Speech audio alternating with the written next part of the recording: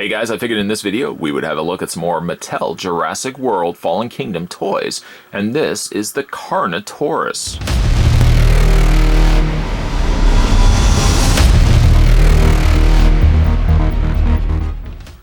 Specifically, this is the Action Attack Carnotaurus, which features a chomp action which can be activated by pressing a button on his spine.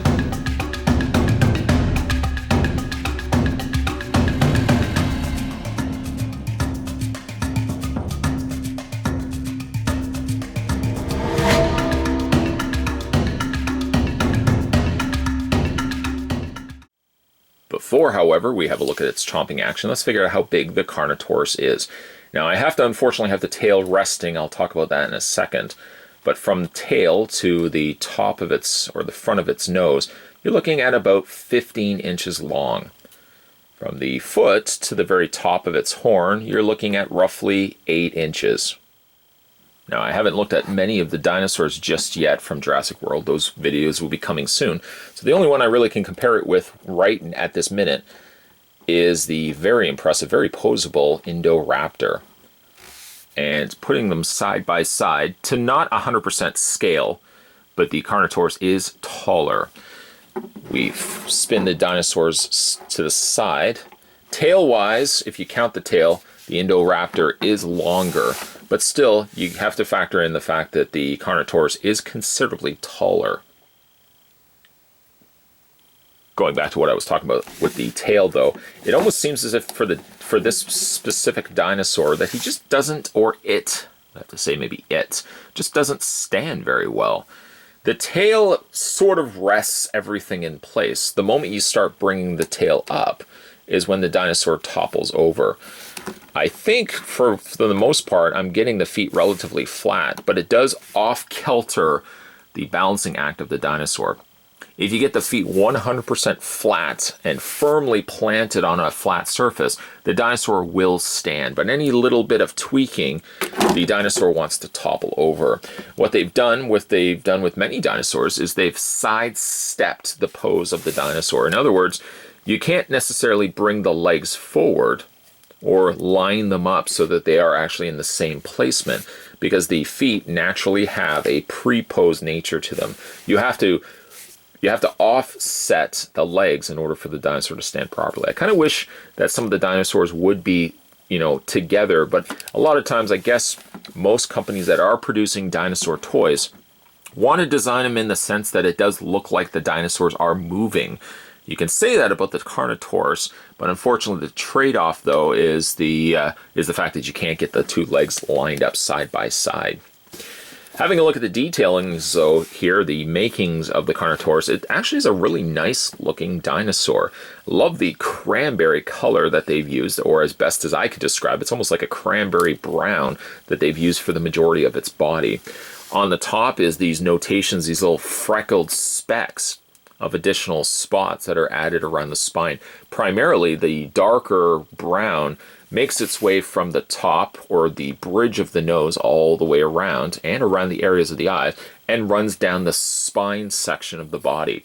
And then basically from there, you've got the departure of the little spots that are kind of making their way away from that and making their way across the body here. You get a little bit of those speckles, those freckles running along the sides of its legs as well, which are apparent on both sides. We flip the dinosaur upside down.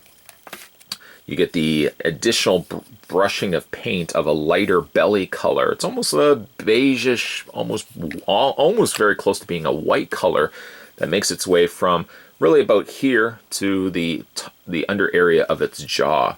I guess to that extent, there's one bit of concern that I have, solely from a paint standpoint, is it does look like it spreads a little bit too much.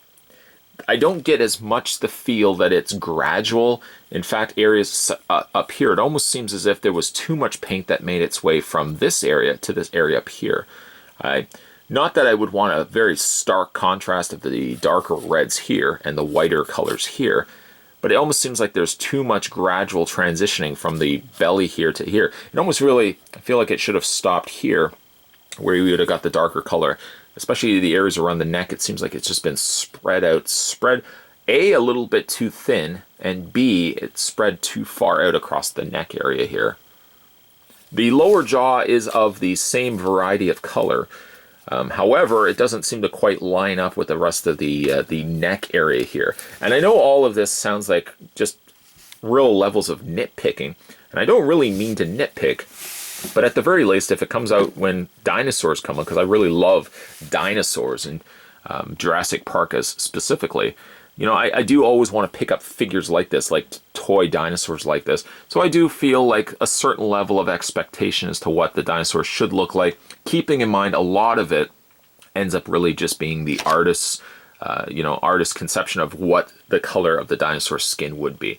We only really know from the skeletal remains, the fossil remains of what dinosaurs could look like once you assemble them. But the one thing that we aren't certain of is the coloring of which their skin would be. I just want to kind of move him over just slightly to the side. I keep wanting to say he. I just want to bring in the box artwork. Now, having looked at some other reviews of this guy, I feel like the paint does vary from dinosaur to dinosaur, as to be expected, really. But what you do see there on the packaging is a much more stronger coloring here, and a more sudden stopping point in which the beige, the white, stops, and then you've got the darker color here. I don't know specifically about the one that I picked up, but it does seem as if like the coloring on his body seems almost pale. It almost seems like it's a bit washed out.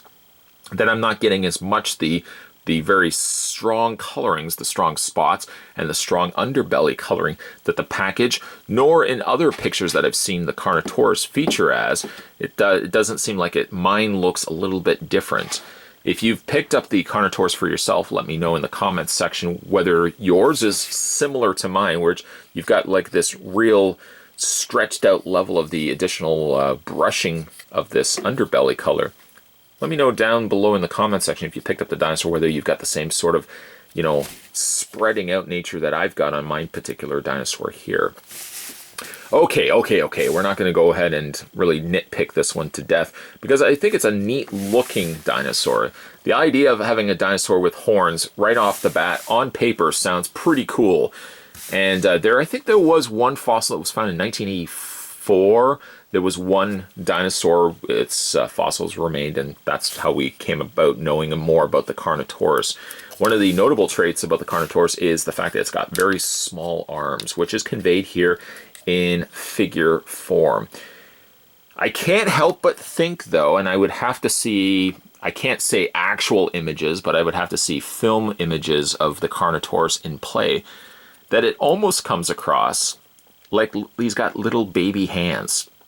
Like human hands rather than reptilian hands or bird hands, which is really what dinosaurs are ancestors to. But it does almost look like it's got human hands rather than it actually has, dinosaur hands. Again, it could just be the type of species known for its having short hands or short arms, but also apparently known for having almost human-like hands here. The wrinkling is a nice effect that they've done across the whole the whole external part of the body here. It's almost similar to something like a rhino skin or elephant skin, where you've got almost this little bubbled up texturing, and then you've got the wrinkles on top of that. Again, I kind of wish that the freckles or the spots were a little bit more profound on this particular release. I'd have to almost go back and check out some of the other ones on the toy store shelves and see if they have similar colorings. Again, maybe mine just happen to have lighter colors. Possible. It is possible. Having a look at its head, which we didn't really spend a whole lot of time on. Again, you've got the notable horns featured up the top there. The eye is painted in there, as well as it looks like there's a little bit of additional red in there, which may very well be the pupils. We'll spin the figure around, the dinosaur around. Yes, in fact, it is the case on both sides. The mouth does open, but more heavily influenced by the gimmick. And inside, not only have they given a wet, slicked coat to the tongue itself, so it does look like it's wet, but the teeth are all individually sculpted rather than having just one section of plastic with given the shape of teeth. You can actually see that the teeth have their own distinct shape to them, and slightly yellow also in the process. You got the jaw tendoning as well, connecting the bottom of the jaw to the top portion of the head. And again, all these cool little scales and markings and stuff all over the body here. As for the gimmick itself, actually, you know what, we'll look at its poseability because it's very limited. Legs move back and forth. For some strange reason, the legs also rotate here. I can't think whether that's actually intended for poseability or simply just the way that it was attached, you know, when they manufactured and built this dinosaur, whether the legs were just intended to be attached rather than having one consistent piece. Because I guess they could mold the leg because it's a little thinner and then mold the feet separately and connect them into place. Probably would be a much easier mold to produce. I don't know. The tail does also rotate all the way around. To the stopping point, you can kind of know where to stop because it's got the continued coloring from the spine carrying its way down into the tail, and you got much more of that spiked nature of the tail texturing there happening as well. The arms rotate as well, but I mean, you're really not going to get much happening with the arms. There's a stopping point to about there, and then again they rotate all the way around. Just really tight to do so. The head doesn't really rotate. A lot of that, again, is based on its gimmick, which we'll talk about right now. There's a little button on the back. If you press the button, it will bring down the head as well as open out the mouth.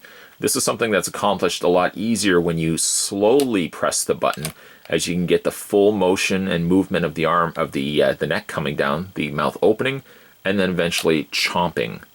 If you press it quickly, what you're only getting then is a segment of what it actually can accomplish. It's a lot easier to do it slowly, where you can actually see it chomping away at whatever it's going after here. Overall, I do really like it. It does have a few little problems here and there, and I guess to some extent you can also say that there's articulation on the legs outward. I can't also forget that. I do like it. From a design standpoint, it's pretty cool looking. I don't think it executes as well in the way of paint, but overall I'm pretty happy here. And speaking of happy, I've already taken the liberty of scanning the Carnotaurus. What I did was I went into my Jurassic World app, which is now currently available, scanned the dinosaur coding stamp on the underside of its foot, and I've already added it to my collection. So we can go into collection, click on the Carnotaurus, and there's the Carnotaurus right there. Again, I wish you could do something with these. I mean, it looks neat, and it has the coloring that I wish the physical dinosaur in hand could have actually have had, but there's nothing you can really go in and do with it. Sure, there's did you know facts, which I'll show you in a second, but there's nothing really you can do to interact with the dinosaur. Maybe if they had had an option where you could have tapped the dinosaur and it would have done something, or a 360 turn, or at the very least something where you could zoom in. If you leave it, the dinosaur will continue to do stuff, if you will. But I wish there was a way to actually trigger some of that in the app. Anyways, so we're going to go into the information stats, 2 of which have to still be unlocked. To unlock those, you need more points to unlock the fun fact, which I will, if I get to unlocking, we'll maybe do a follow-up to this. In the meantime, though, we have 3 stat facts on the Carnotaurus. The Carnotaurus weighs about 2.1 tons, as much as 12 lions. That's a lot. Her horns aren't weapons, they help her identify others. Probably something that you didn't know. And the name Carnotaurus means meat-eating bull. That's something I didn't know. The Carnotaurus is a really unique-looking carnivore, making use of small limbs, small hands, and of course the notable horns on its head. It stands out among some of the other carnivores that we will be looking at on this channel. As for the toy itself, Mattel has done a pretty good job on this, giving us a good large-sized dinosaur, which is something that they're really good for doing. The coloring, I think, is the one disappointing nature of this particular dinosaur. The mold's good, but I find that the paint just doesn't deliver the strong, vibrant colors I was expecting. The rusted browns are a nice touch, but I wanted them to be a little bit darker, as could be said for the spots that are on its body. I kind of wish that those were a little bit darker. And then the gradual airbrushing spread on the body, I feel it could have been a little bit compact, a little bit more precise than what we ultimately got here. At times, especially on this side of the dinosaur, it looks like it may have gone a little further than what it really needed to be. But at the very end of the day, you've got yourself a fairly posable dinosaur. Not to say that you can move the limbs to the extent that you could do with the Indoraptor. You could really do a lot more with that Indoraptor, but it didn't have the gimmick of the chomping action that the Carnotaurus does have here. Carnotaurus, as well as some of the other dinosaurs, are available now in Toys R Us, other toy stores, and other retail stores if you're interested in picking this up for yourself. Today we were having a look at the Mattel Jurassic World Fallen Kingdom. This was the Action Attack Carnotaurus.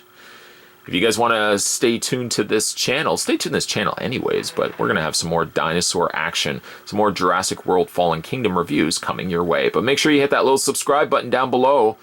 That's the important part, because then you'll never miss a beat when it comes to future videos, both dinosaur and otherwise, that are coming soon to this channel. As always, guys, thanks for watching as you always do.